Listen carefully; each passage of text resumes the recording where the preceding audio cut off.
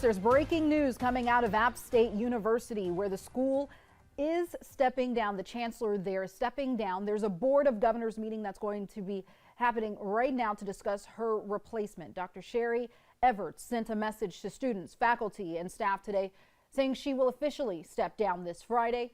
Everts said in a statement, quote, "Over the last few months, I have been experiencing significant health challenges, and I must now focus on my personal health and well-being."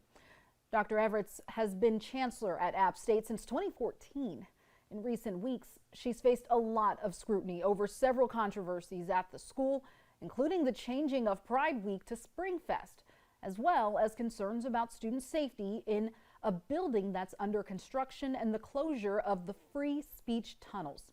We'll let you know what the UNC Board of Governors decides about her replacement.